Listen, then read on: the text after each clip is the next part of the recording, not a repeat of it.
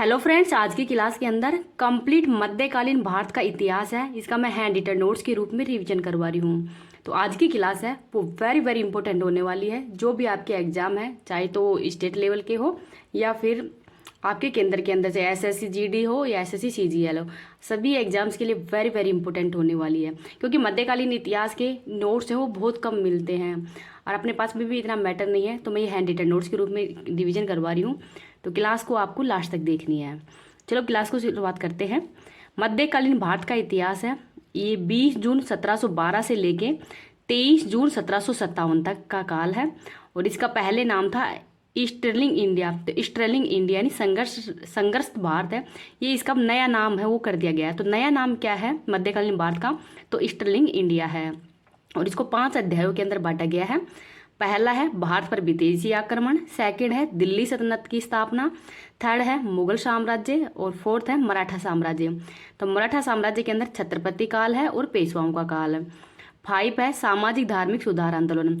तो जो सामाजिक धार्मिक सुधार आंदोलन है इसको भी 2 भागों में डिवाइडेड किया गया है, भक्ति आंदोलन और सूफी आंदोलन। और आगे है दक्षिण भारत का साम्राज्य, तो इसमें विजयनगर है, इसको पढ़ना है। तो ये 5 भागों के अंदर ही मध्यकालीन जो इतिहास है इसको डिवाइड किया गया है। अब पहला देखते हैं भारत पर विदेशी आक्रमण। तो भारत पर पहला विदेशी आक्रमण है ये अरब जाति का था। और अरब जाति के कौन थे? तो मोहम्मद बिन कासिम। दूसरा विदेशी आक्रमण है ये तुर्क जाति के द्वारा किया गया है। और तुर्क जाति है दो भागों में डिवाइडेड है, यामिनी वंश और संसवनी वंश। तो यामिनी वंश के थे जो सुब्बुवत गीत एंड मोहम्मद जो गजनवी हैं, ये तो थे यामिनी वंश से संबंधित है। और जो मोहम्मद गोरी थे ये संसवनी वंश है, ये इससे संबंधित थे। तो मोहम्मद गोरी का संबंध था संसवनी वंश से। तो इनका भी नाम याद रख लीजिएगा। अरब जाति का आक्रमण, तो पहला देखते हैं अरब जाति का आक्रमण। तो मोहम्मद बिन कासिम, तो मोहम्मद बिन कासिम है ये अरब जाति से संबंधित थे। तो इनका भी मोहम्मद बिन कासिम के बारे में पढ़ते हैं।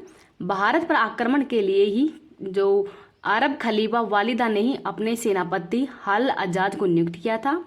किंतु भारत पर आक्रमण अल हज्जाज के द्वारा ही 17 वर्षीय दामाद एवं भतीजे कासिम ने किया है। तो भारत पर सबसे ज्यादा आक्रमण किसने किए थे? तो ये किए थे मोहम्मद कासिम ने। रावर युद्ध या अलोर युद्ध ये कब हुआ था? तो 20 जून 1712 के अंदर हुआ था। दाहिर की पत्नी रानी बाई ने इसमें जौहर रचाया था। और भारत के अंदर जौहर प्रथा का पहला साक्ष्य भी हमें 1712 के अंदर ही सिंध रानी है उनके ही यहाँ पे मतलब उनके द्वारा ही जौहर किया गया था। युद्ध की जानकारी की स्रोत, तो चचनामा ग्रंथ, सिंध का इतिहास। और ये चचनामा ग्रंथ है ये अरबी भाषा के अंदर लिखा हुआ है। तो चचनामा ग्रंथ है इसको अरबी के अंदर अनुवाद किया गया था अली अहमद। फारसी के अंदर अनुवाद है वो अबुक कुकी ने किया है। और अंग्रेजी के अंदर अनुवाद है वो दाऊद पोटा के द्वारा किया गया है। तो इनका नाम भी याद रख लीजिएगा। आगे देखते हैं कासिम ने ही प्राचीन काल के लेखक विष्णु शर्मा की रचना पंचतंत्र का भी अरबी भाषा के अंदर ही कलीला व दिमना नाम से अनुवाद करवाया था। तो कलीला और दिमना नाम से अनुवाद किसके द्वारा करवाया गया था? तो मोहम्मद बिन कासिम के काल के अंदर ही हुआ था। विष्णु शर्मा की रचना थी पंचतंत्र का। अब भारत पर तुर्क जाति का आक्रमण देख लेते हैं। ये थोड़े बस फैक्ट ही है, इसके अंदर इतना ज़्यादा नहीं है, तो ये थोड़े फैक्ट है वो याद रख लीजिएगा। यामिनी वंश, तो इसके संस्थापक थे अल्पतगीन और इनका काल था 963 ईस्वी। आगे देखते हैं जो सुबुक्तगीन है ये पहला तुर्क शासक था जिसने भारत पर आक्रमण किया था 987 ईस्वी के अंदर ही। महमूद गजनवी, तो महमूद गजनवी का काल था 998 से 1023 ईस्वी तक का काल था। और भारत पर इन्होंने 17 बार आक्रमण किया है। खैबर दर्रे से भारत में प्रवेश करते हैं। और इनके द्वारा ही जो मूर्ति भंजक या दुनिया का पहला सुल्तान की उपाधि है वो किसके द्वारा ली गई है? तो मोहम्मद गजनवी के द्वारा ही। निर्गुण परंपरा के संत कौन कौन से इनके काल में थे? नानक, कबीरदास, दादू दया, रैदास। और ये सब कौन सी परंपरा के हैं? तो निर्गुण परंपरा के संत हैं। और कासिम के 2 सेनापति थे जो कि हिंदू ही थे, तिलक थे और एक थे सेवंद राय। कासिम के मुख्य युद्ध कौन सा था? तो 16वां युद्ध था। और यह अभियान है गुजरात के सोमनाथ मंदिर के विरुद्ध किया गया था। तो 16वां अभियान है ये गुजरात के सोमनाथ मंदिर के विरुद्ध किया गया था। इस क्लास की पीडीएफ है वो मैं टेलीग्राम पे डाल दूंगी। टेलीग्राम का लिंक इस वीडियो के कमेंट सेक्शन के अंदर पिन कर दूंगी, तो वहां से आप इसकी पीडीएफ को प्राप्त कर सकते हैं। अगर आपको ये वीडियो पसंद आए तो प्लीज़ आप इसको ज़्यादा से ज़्यादा लाइक एंड शेयर कर देना। अभी तक चैनल को सब्सक्राइब नहीं किया तो प्लीज़ चैनल को सब्सक्राइब कर लीजिएगा। गुजरात के राजा चालुक्य वंशी भीम फर्स्ट, मूलराज फर्स्ट है, इनको पराजित कासिम ने 6 टन सोना है वो लूटा था। तो उस समय जब गुजरात के अंदर ये मतलब आक्रमण किया था सोमनाथ मंदिर पर, तो वहाँ के राजा कौन थे? तो चालुक्य वंश से भीम फर्स्ट था। कासिम के दरबारी लेखक थे तो उत्बी, इन्होंने तारीख ये यामिनी लिखा है, अलबरूनी ये नारिल ये हिंद, और तहकीक ये हिंद, तो ये अलबरूनी की है। फिरदौसी की है शाहनामा, और बेहाकी तो बेहाकी, फिरदौसी, अलबरूनी और उत्बी ये इनके दरबारी लेखक थे। संसवनी वंश का आक्रमण, तो इसके संस्थापक थे गयासुद्दीन मोहम्मद बिन शाम, और 1163 के अंदर ही इन्होंने आक्रमण किया था। गौर प्रदेश के अधिपति अर्थात मोहम्मद गोरी, तो मोहम्मद गोरी है वो किससे संबंधित था? तो संसवनी वंश से संबंधित है। तो मोहम्मद गोरी का जो मुख्य अभियान है पहला वो था आबू का युद्ध हुआ था 1178 के अंदर ही। चालू के शासक था भीम सेकंड, और इसका वास्तविक नेतृत्व है वो नायिका देवी ने किया था। तो नायिका देवी, और जो इसमें मोहम्मद जो गोरी है वो पराजित हो गया था और नायिका देवी वो जीत गई थी।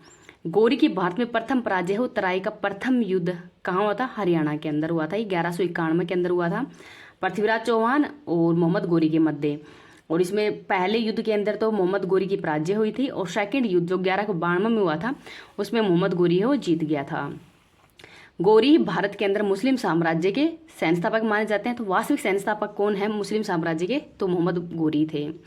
गोरू निसंतान थे, अतः उन्होंने अपने दासों को ही अपना उत्तराधिकारी बना दिया गया था। तो इनके दास कौन कौन से थे? कुतुबुद्दीन ऐबक थे, ये लाहौर और दिल्ली, तो लाहौर दिल्ली का अधिकार वो कुतुबुद्दीन ऐबक को दे दिया था। नासुरुद्दीन कुबाचा को सिंध और मुल्तान का दिया था। तानुद्दीन यलदौज को गौर प्रदेश का, और ताजुद्दीन मोहम्मद इख्तियारुद्दीन बख्तियारुद्दीन है इनको बंगाल का दिया था। तो गौरी ऐसा पहला मुस्लिम शासक था जिसने शिव, नंदी, त्रिशूल, लक्ष्मी की आकृति के सिक्के हो भी जारी किए गए थे। तो क्वेश्चन कैसे पूछा था? ऐसे पूछा था कि शिव, नंदी, त्रिशूल, लक्ष्मी की आकृति के सिक्के हो किस शासक के द्वारा जारी किए गए थे? तो ये मोहम्मद गौरी थे, तो इनका नाम भी याद रख लीजिएगा। आगे देखते हैं दिल्ली सल्तनत की स्थापना। तो दिल्ली सल्तनत की स्थापना है ये 24 जून 1206 के अंदर हुई थी, और इसके अंदर कुल 5 राजवंश है उन्होंने शासन किया था। तो राजवंश देखते हैं। गुलाम वंश, इनका काल 1206 से 1290 तक रहा था। कुतुबुद्दीन ऐबक इसके संस्थापक थे। नेक्स्ट देखते हैं खिलजी वंश, इन्होंने शासन किया था 1290 से 1320 तक, और ये जलाउद्दीन खिलजी इसके शासक मतलब संस्थापक थे। तुगलक वंश 1320 से 1444 तक इनका कार्यकाल रहा है। गयासुद्दीन तुगलक संस्थापक थे। सैयद वंश 1414 से 1451 तक का काल है, और खिलज खां हैं वो संस्थापक थे। लोधी वंश का काल है 1451 से 1526 तक का, और बहलोद लोधी हैं वो इसके संस्थापक थे। नेक्स्ट देखते हैं गुलाम वंश। तो गुलाम वंश दास या सेवक, हबीबुल्लाह ने इसे मामलुक वंश भी कहा है। तो मामलुक वंश है ये गुलाम वंश है, इसी का दूसरा नाम है। और ये 3 भागों के अंदर मतलब डिवाइडेड है, कुतुबी वंश, शमसी वंश और खिलजी वंश। तो जो गुलाम वंश का जो सेवक ये गुलाम वंश ये भी 3 भागों के अंदर डिवाइडेड हो गया था। तो जो कुतुबी वंश है इससे संबंधित है कुतुबुद्दीन ऐबक और आराम शाह। शमसी वंश है इससे संबंधित थे इल्तुतमिश, और इनकी संतान थे नासुरुद्दीन मोहम्मद, और खिलजी वंश से संबंधित थे बलबन। तो अलग अलग वंश है इनका भी, अगर वंश से संबंधित क्वेश्चन आए तो इनको थोड़ा याद रख लीजिएगा। कुतुबी वंश से संबंधित है कुतुबुद्दीन ऐबक, शमसी वंश से संबंधित इल्तुतमिश, और खिलजी वंश से संबंधित है बलबन। कुतुबुद्दीन ऐबक इनका कार्यकाल है वो 1206 से 1210 तक का रहा है, और दिल्ली सल्तनत का संस्थापक थे। ऐबक ने कभी भी सुल्तान की उपाधि धारण नहीं की थी। तो कौन सा शासक था जिसने कि सुल्तान की उपाधि धारण नहीं की है? तो वो कुतुबुद्दीन ऐबक ही था। इसने सुल्तान की जगह मलिक व सिपह सालर की उपाधि वो धारण की थी। तो मलिक और सिपह सालर की उपाधि वो धारण। कुतुबुद्दीन ऐबक के उपनाम देख लेते हैं। कुरान खा है, पिलू बख्श, लाल बख्श, हाकिम द्वितीय। कार्य देखते हैं। कुतुब मीनार है इसका निर्माण दिल्ली के अंदर ही करवाया था ये कुतुबुद्दीन के द्वारा ही। और कुब्बत उल इस्लाम मस्जिद इसका निर्माण भी दिल्ली में कराया गया है, और ये पहली मस्जिद थी। ऐड-हाइदीन का झोपड़ा अजमेर के अंदर निर्माण करवाया था, और ये संस्कृत पाठशाला थी पहले तो, और वर्तमान के अंदर ये ऐड-हाइदीन का झोपड़ा के नाम से जानी जाती है। निर्माण विग्रहराज चतुर्थ के द्वारा करवाया था संस्कृत पाठशाला की, और वर्तमान में मस्जिद है। और मेहरौली नगर है वो भी कुतुबुद्दीन ऐबक के द्वारा बसाया गया था। ऐबक का दरबारी लेखक कौन है? तो असन निजामी है, ये इसके दरबारी लेखक हैं, और इनका ग्रंथ है ताज उल मस्जिद। 1210 के अंदर ही लाहौर के अंदर चोगन यानी पोलो खेलते हुए इनकी मृत्यु हो गई थी। और दिल्ली सल्तनत की पहली राजधानी वो लाहौर थी। और ऐबक का उत्तराधिकारी कौन था? तो वो था आराम शाह। तो इनका नाम भी याद रख लीजिएगा। तो दिल्ली सल्तनत की पहली राजधानी लाहौर थी।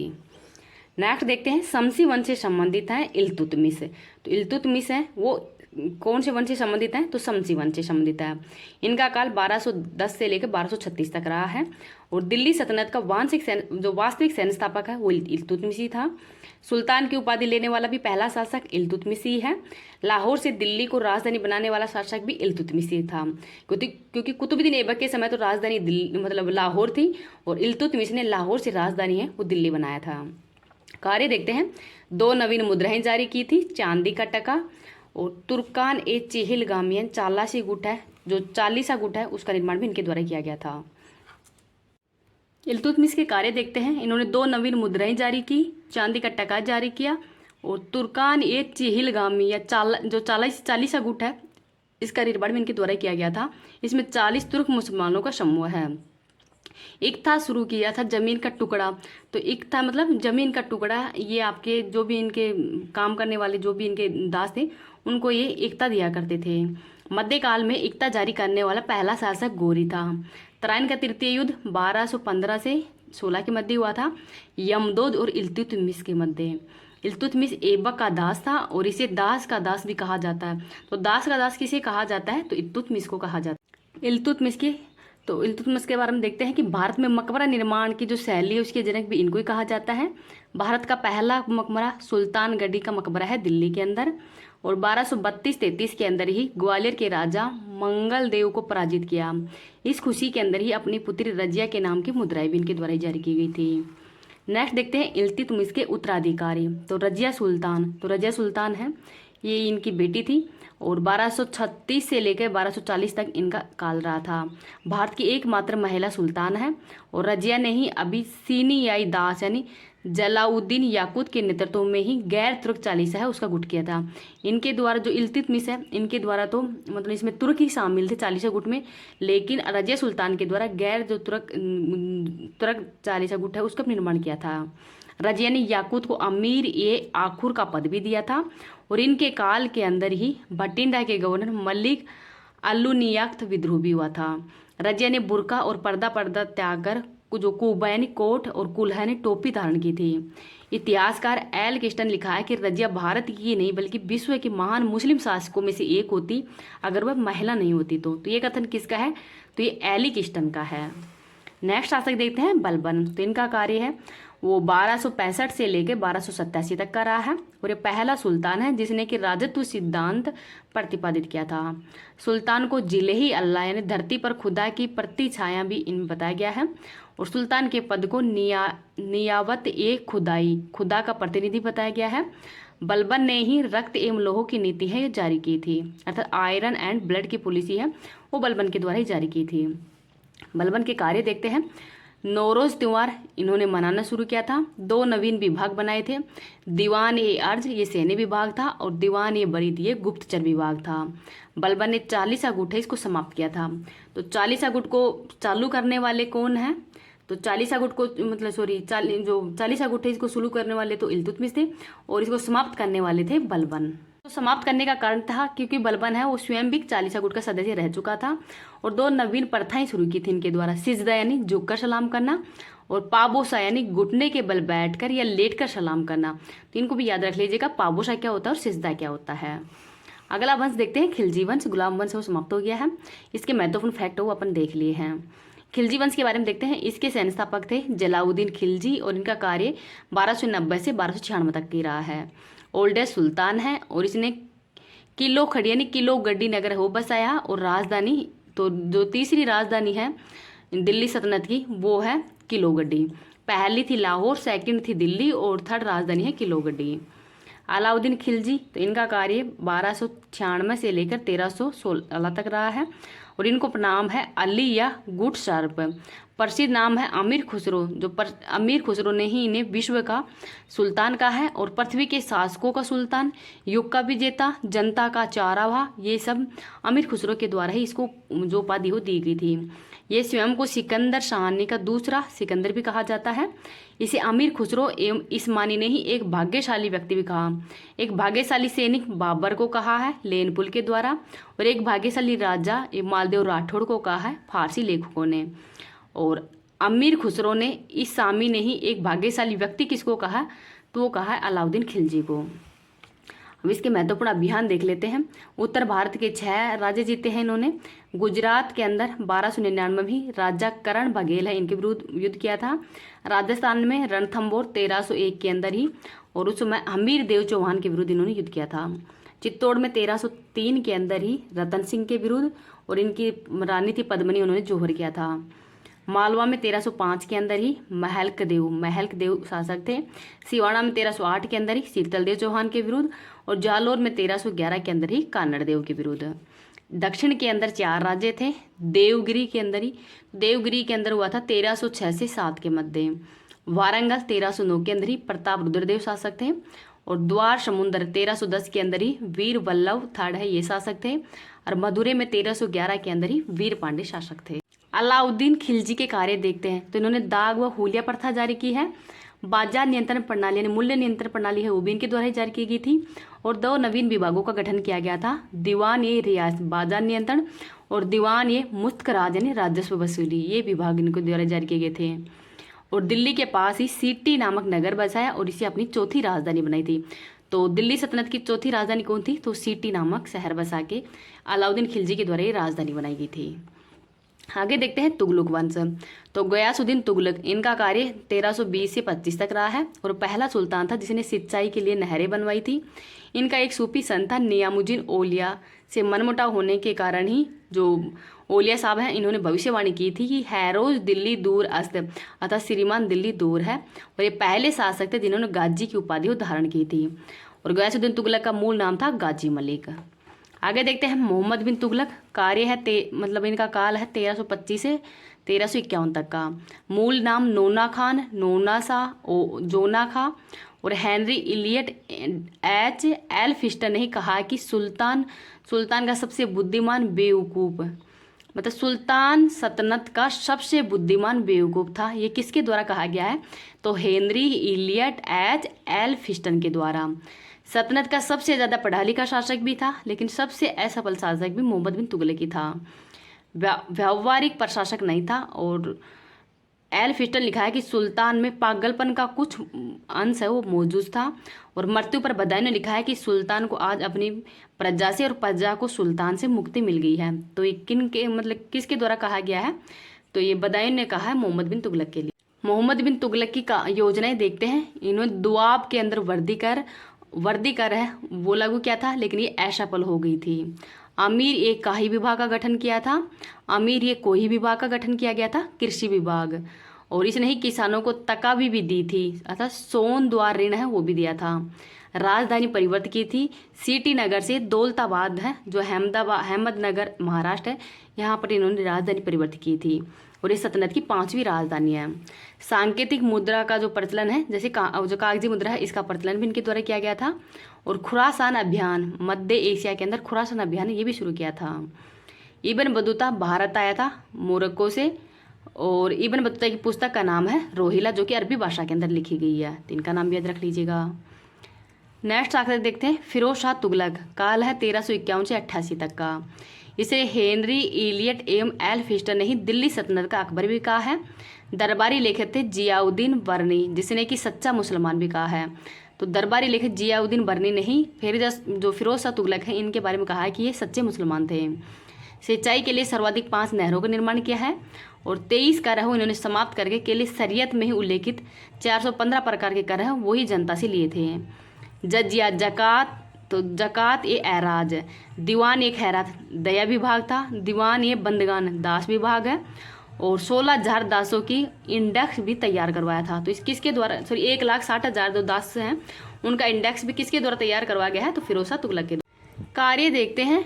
खैराटी अस्पताल यानी दास जो खैराटी अस्पताल इसका निर्माण करवाया गया है। और सुल्तान ने अपने जीवन के अंतिम समय के अंदर ही हर्ब ए शर सिंचाई कर वसूल किया, और उत्पादन का 10% अतिरिक्त है ये कर इनके द्वारा वसूला गया था। सैयद वंश, तो इनका काल था 1414 से 51 तक का। खिज्जर खां थे, मुबारक शाह थे, मोहम्मद और अलाउद्दीन। तो ये 4 शासक थे। तो खिज्जर खां है, इन्होंने सुल्तान की उपाधि ग्रहण नहीं की थी, क्योंकि मध्य एशियाई राजा तैमूर लंग के पुत्र शाहरुख खान के सहयोगी के तौर पर ही कार्य करते थे। इसने हजरत ये आला की उपाधि ली थी। मुबारक शाह, तो ये 1421 से 34 तक इनका कार्य था, और इसने मुबारक शाह नगर बसाया, और दरबारी लेखक थे याहिया बिन सरहिंद था। इसे सैयद वंश का वास्तविक शासक भी कहा जाता है। मोहम्मद शाह का तो 1434 से 45 तक का इनका कार्य रहा, और इसने अपने सैनिक बहलोद लोदी को फरजंद की उपाधि दी थी। अलाउद्दीन आलम शाह, इनका कार्य 1445-51 तक का रहा है, और भारतीय इतिहास का एकमात्र राजा है जिसने स्वेच्छा से राजगद्दी त्यागी है। तो इनका नाम भी याद रख लीजिएगा। लोदी वंश, तो इनका कार्य है 1451 से लेकर 1526 तक का। भारत में पठानों के 2 राजवंशों ने शासन किया है। पहला था लोदी वंश और सेकंड था शेरशाह सूरी यानी सूरवंश। बहलोद लोदी, तो लोदी वंश से संबंधित पहले शासक थे बहलोद लोदी, और इनका कार्य था 1451 से लेकर 1489 तक का। राजत्व सिद्धांत वो बदला है तथा नया सिद्धांत दिया था इन्होंने समानता भाईचारे का सिद्धांत। वह अपने अमीर जो भी सैनिक थे उनको मसनद ये अली भी कहा करता था। सल्तनत काल में सर्वाधिक 38 वर्ष तक शासन किसने किया है? तो बहलोद लोदी के द्वारा किया गया था। सिकंदर लोदी, तो इनका कार्य 1489 से लेकर 1517 तक का रहा है, और मूल नाम निजाम शाह था। कार्य है इसने ही 1504 के अंदर नवीन आगरा नगर बसाया था तथा 1506 के अंदर इसे राजधानी बनाया। आगरा सल्तनत की 6ठी व अंतिम राजधानी थी। तो सल्तनत की 6 राजधानियां, लाहौर पहली थी, सेकंड दिल्ली है, थर्ड है खिलोखरी, फोर्थ है सिटी, 5 है दौलताबाद और 6 है आगरा। इसने आयुर्वेद का फरहगने सिकंदरी नाम से अनुवाद भी करवाया था। तो आयुर्वेद का फरहगे सिकंदरी नाम से इन्होंने अनुवाद भी करवाया था फारसी भाषा के अंदर ही। और संगीत विद्या पर लज्जत ए सिकंदरी ग्रंथ भी लिखवाया है, और ये गुलहक एवं गुलरुखी नाम से कविता भी लिखते थे। तो कौन लिखते थे? सिकंदर लोदी। तो इनका नाम भी याद रख लीजिएगा। आगे देखते हैं इब्राहिम लोदी। तो इनका कार्य 1517 से 26 तक का रहा है, और लोदी वंश के दिल्ली सल्तनत के मध्यकाल के व भारत के अंतिम सुल्तान इब्राहिम लोदीन के समकालीन बड़े राजा। तो मेवाड़ के अंदर थे महाराणा सांगा, और काबुल एवं गजनवी का राजा बाबर एंड लोदी के मध्य, विजयनगर का राजा कृष्णदेवराय और लोदी के मध्य, तो इन तीनों के मध्य ही आक्रमण हुआ था। तो मेवाड़ के राजा सांगा और लोदी के मध्य 2 युद्ध हुए थे। खातुली का युद्ध हुआ था 1517 के अंदर, और बाड़ी का युद्ध 1518 में हुआ था। दोनों बार लोदी को पराजित हो गए थे। पानीपत का प्रथम युद्ध 21 अप्रैल 1526 के अंदर हुआ था, बाबर और इब्राहिम लोदी के मध्य, और लोदी की इसके अंदर पराजित भी हुई थी और मृत्यु भी हो गई थी। विजयनगर का राजा कृष्णदेवराय है, इसमें लोदी है युद्ध ही नहीं हुआ था, मतलब इन दोनों के मध्य युद्ध नहीं हुआ था। लोदी एकमात्र सुल्तान था जो युद्ध भूमि के अंदर मारा गया। तो ये किसके द्वारा कहा गया है? तो नियामतुल्लाह के द्वारा कहा गया कि लोदी है वो एकमात्र सुल्तान था जिनकी युद्ध भूमि के अंदर ही मृत्यु हो गई। मुगल साम्राज्य, तो मुगल साम्राज्य है ये 27 अप्रैल 1526 से लेकर नवंबर 1856 तक ये काल है वो मुगलों का रहा था, और ये 2 भागों के अंदर डिवाइडेड है मुगल साम्राज्य, पूर्ववर्ती मुगल काल और उत्तरवर्ती मुगल काल। तो पूर्ववर्ती मुगल काल के अंदर जो योग्य मुगल बादशाह हैं उनका काल था, और ये 1526 से 1707 तक था। अयोग्य मुगल बादशाहों का काल है ये 1707 से 1858 तक का था। तो इसके अंदर 6 बादशाह थे योग्य के अंदर, और अयोग्य के अंदर 11 बादशाह थे। तो 6 बादशाहों का नाम देखते हैं। बाबर, हुमायूं, और हुमायूं के साथ में शेरशाह सूरी जो सूरवंश है इनका काल भी आ गया था 1540 से 55 तक। फिर अकबर का काल है, जहांगीर, शाहजहां और औरंगजेब, तो योग्य शासक थे। अयोग्य में 11 शासक थे। बहादुर शाह फर्स्ट 1707 से 1712 तक का काल है, और जहादार शाह 1712 से लेकर 13 तक का, और फर्ग्यूसियंस है इनका काल 1713 से 19 तक का है। रफ़ी उद दल जात का काल है ये 1719 से 19 तक का ही है। रफ़ी उद दौला इनका काल भी 1719 से 19 तक का ही है। मोहम्मद शाह रंगीला का काल है ये 1919 से 48 तक का है। अहमद शाह का काल 1748 से 54 तक का है। आलमगीर सेकंड का काल 1754 से 59 तक। शाह आलम सेकंड का काल है 1759 से लेकर 1806 तक का है। अकबर सेकंड का काल 1806 से 1837 तक, और बहादुर शाह सेकंड का काल है 1837 से 1858 तक का। तीन को भी याद रख लीजिएगा। अब जो योग्य शासक थे उनको देखते हैं। पहले हैं बाबर, तो इनका काल 1526 से 1530 तक रहा है। जन्म 14 फरवरी 1484 को हुआ है। ट्रांस ओशियन स्थित फरगना रियासत के अंदर, मध्य एशिया के अंदर स्थान है, यहाँ पर इनका जन्म हुआ है। पिता का नाम है उमर शेख मिर्जा, माता का नाम है कुतलुम नेगार शानम, ये इनकी माता का नाम है। पितृपक्ष की ओर से ये तैमूरलंग का 5वां वंश थे और मातृपक्ष की ओर से ये चंगेज खां का 14वां वंशज थे। और चंगेज खां की तरफ से जो मंगोल राजा थे, और मंगोल राजा के नाम पर ही इनका काल हो मुगल काल बनना है। बाबर द्वारा स्थापित वंश, तो उनका मूल नाम था चंगताई वंश, तो चंगताई वंश है, इसकी स्थापना ही बाबर के द्वारा की गई थी। बाबर की स्वयं की आत्मकथा बाबरनामा तुजुल ए बाबरी, ये तुर्की भाषा के अंदर लिखी गई है और अनुवाद इसका फारसी में किया है अब्दुल रहीम खान ए खाना के द्वारा, और अंग्रेजी में किया है मैडम बेब्रिज है, इनके द्वारा अंग्रेजी में अनुवाद किया है। तो इनका नाम भी याद रख लीजिएगा। बाबरनामा का जो तुजु के बाबरी है, तुर्की भाषा के अंदर अनुवाद है। नेक्स्ट है बाबर के बारे में महत्वपूर्ण युद्ध देखते हैं। बाबर का भारत के विरुद्ध युद्ध है, ये बाजोर का युद्ध हुआ था 1519 के अंदर ही मेरा दुर्ग के अंदर। वो बाबर ने पहली बार इसी युद्ध के अंदर ही तोपखाना और जो तुगलुमा पद्धति है इसका इस्तेमाल किया था। पानीपत का प्रथम युद्ध 21 अप्रैल 1526 को हुआ था और भारत के विरुद्ध ये बाबर का 5वां अभियान था। सुल्तान इब्राहिम लोदी और बाबर के मध्य पानीपत का प्रथम युद्ध हुआ था, जिसमें बाबर हो विजय बना था। विजय का कारण था तोपखाना का प्रयोग किया था और इनके तोपची के नाम है उस्ताद अली और मुस्तफा खां। तुगलमा पद्धति ये उज्बेकों से बाबर ने ग्रहण की थी और रोमी पद्धति ये उस्मानी पद्धति है। जीत के बाद में ही बादशाह के स्थान पर बादशाह की उपाधि है वो बाबर के द्वारा ग्रहण की गई थी। बाबर व शांगा के संबंध, तो बयाना का युद्ध हुआ था 16 फरवरी 1527 के अंदर और खानवा का युद्ध हुआ था 17 मार्च 1527 के अंदर। तो इसमें बाबर है वो पराजित हुआ था बयाना के युद्ध में, तो और खानवा के युद्ध में बाबर हो विजय हुआ था। विजय का कारण था युद्ध से पूर्व ही इन्होंने जिहाद का नारा दे दिया था और युद्ध के बाद इन्होंने गाजी की उपाधि धारण की थी। तो कौन सी युद्ध के बारे में ही, मतलब युद्ध के बाद में बाबर ने गाजी की उपाधि धारण की है, तो वो की थी खानवा के युद्ध के बाद में। चंदेरी का युद्ध ये 28-29 जनवरी 1528 को हुआ था मेदिन राय और बाबर के मध्य। नेक्स्ट है घाघरा का युद्ध, बंगाल बिहार के राजा महमूद लोदी और बाबर इन दोनों के मध्य हुआ था और इसमें भी विजय हो बाबर ही बना था। और ऐसा कौन सा युद्ध है वो जल और थल दोनों के अंदर हुआ था, तो घाघरा का युद्ध था। अब नेक्स्ट शासक देखते हैं हुमायूं। तो हुमायूं का काल है ये 1530 से 40 तक रहा था और फिर 1555 से 56 तक का। ज्योतिष राजा थे क्योंकि ये सोमवार को सफेद वस्त्र पहनते थे, शनिवार को काले वस्त्र पहनते थे। एकमात्र बादशाह जिसने अपने भाइयों के अंदर ही साम्राज्य के विभाजन किया है। और लेनपुत का कथन है हुमायूं के बारे में ही कि हुमायूं की असफलता का सबसे बड़ा कारण था कि उसकी सुंदर किंतु अविवेक रहित दयालुता, वह जीवन भर लड़काता रहा और लड़काते हुए ही मृत्यु को प्राप्त हो गया। तो ये दोनों कथन है वो लेनपुल के कथन है, तो ये भी थोड़ी इंपॉर्टेंट है। हुमायूं है वो अफीम व पढ़ने का ये शौकीन था। हुमायूं का सबसे बड़ा दुश्मन कौन था, तो शेरशाह सूरी था। थोड़ा सा शेरशाह सूरी के बारे में देख लेते हैं। शेरशाह सूरी इन्होंने सूरवंश की स्थापना की थी और इनका काल था 1540 से 55 तक का। जन्म 1472 के अंदर हुआ था होशियारपुर पंजाब पाक के बेजवाड़ा के अंदर। और इनके युद्ध देखते हैं। चौसा का युद्ध 29 जून 1539 को हुआ था हुमायूं और शेरखां के मध्य। विजेता बने थे शेरखां और उन्होंने शेरशाह की उपाधि है उसी युद्ध के बाद में धारण की थी। कन्नौज का युद्ध 15 मई 1540 को हुआ था हुमायूं और शेरशाह के मध्य।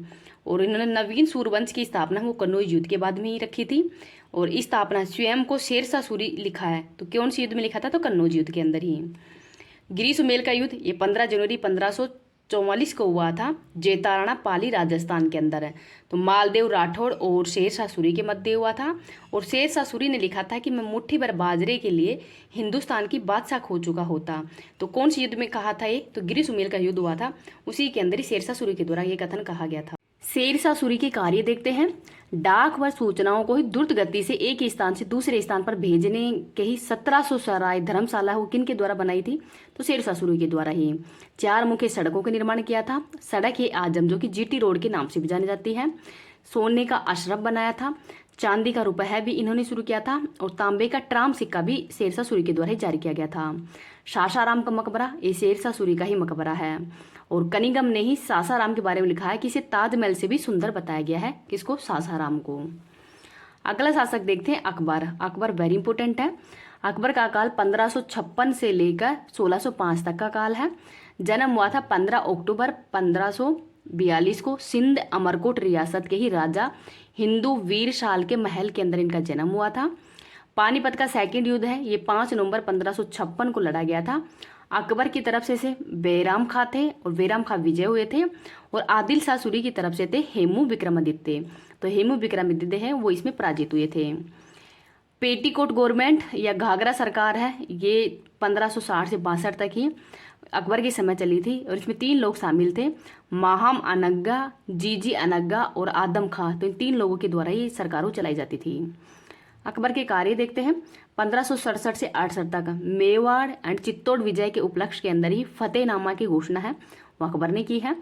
और महाराणा उदय सिंह, जयमल फत्ता और कल्ला राठौड़, तो मेवाड़ चित्तौड़ जो मतलब यहाँ के शासक उदय सिंह थे, और उदय सिंह की तरफ से कौन लड़े थे, तो जयमल फत्ता और कल्ला राठौड़, और ये लोग हैं वो वीर गति को प्राप्त हो गए। गुजरात विजय के उपलक्ष्य के अंदर ही 1572 के अंदर फतेहपुर सीकरी है वो अकबर के द्वारा ही बसाया गया था और इसे अपनी राजधानी बनाया। मुगल राजधानियाँ आगरा, फतेहपुर सीकरी और दिल्ली, तो ये 3 मुगल राजधानियाँ थी। नेक्स्ट है, अकबर ने 1562 के अंदर ही दास प्रथा का अंत किया था। 1563 के अंदर तीर्थ यात्रा कर है इसको समाप्त किया था। 1564 के अंदर ही जजिया कर है इसको समाप्त किया था। इनको भी याद रख लीजिएगा। 1575 के अंदर ही इबादत खाने की स्थापना की गई थी फतेहपुर सीकरी में, और 1578 के अंदर ही धर्म संसद हो इसको बना दिया गया था। 2 सितंबर 1589 के अंदर ही मजहरनामा की घोषणा की थी, और 1582 के अंदर ही दीन ए हिलाई नामक नवीन धर्म है वो अपनाया गया था। और अकबर ने 1583 के अंदर हिलाई संवत है वो भी शुरू किया गया था। तो वर्तमान में ये नहीं है, पहले इसको शुरू किया था। नेक्स्ट है, अकबर के काल को हिंदी साहित्य का स्वर्णकाल कहा जाता है। इनके काल के अंदर ही महाभारत का जो रजमनामा है वो फारसी के अंदर अनुवाद हुआ था, और अनुवाद करने वाले कौन थे, तो अव्वल फजल और बदायूनी। अकबर ने विष्णु शर्मा के ही पंचतंत्र का अनवर ए सुहेला नाम से फारसी भाषा के अंदर अनुवाद भी करवाया था। और अकबर के काल में ही दिल्ली के अंदर हुमायूं का मकबरा बना था, जो कि 1993 के अंदर ही यूनेस्को में शामिल हुआ है। पहली बार इसके अंदर ही 4 बाग पत्ते का उपयोग किया गया था हुमायूं के मकबरे के अंदर ही, और इसे ताजमहल का पूर्वगामी भी कहते हैं। अकबर ने ही फतेहपुर सीकरी के अंदर बुलंद दरवाजा है वो भी बनवाया था। और अकबर के नवरत्न कौन कौन से हैं, तो अकबर के 3 नवरत्न हैं, तानसेन, अबुल फजल, फैजी, टोडरमल, भगवंत दास, राजा मान सिंह, बीरबल, अब्दुल रहीम खाने खाना, हकीम खां और मुल्ला दू प्याजा। तो ये 9 हैं, लेकिन मतलब जो अकबर के 9 रत्न हैं, ये 9 रत्न मतलब 9 रत्न थे, लेकिन टोडरमल और भगवंत दास, ये टोडरमल के जाने के बाद भगवंत दास बने थे, इस वजह से 10 व्यक्ति दिखा रखे हैं। तो इनको नाम हो थोड़ा याद रख लीजिएगा। नेक्स्ट है जहांगीर। तो जहांगीर का काल 1605 से लेके 1627 तक है। जो राज्याभिषेक के दौरान ही एक स्वर्ण जंजीर है वो इनके द्वारा लगवाई गई थी आगरा किले से यमुना नदी तक है। जहांगीर के काल के अंदर ही कैप्टन हॉकिंस, विलियम फिच और टॉमस रो ये भारत आए थे। जहांगीर पहला बादशाह था जो रक्षाबंधन त्यौहार मनाता था, और दीपावली को भी हिंदुओं को जुआ खेलने के लिए छूट देता था। हुमायूं का मूल नाम है वो सलीम था।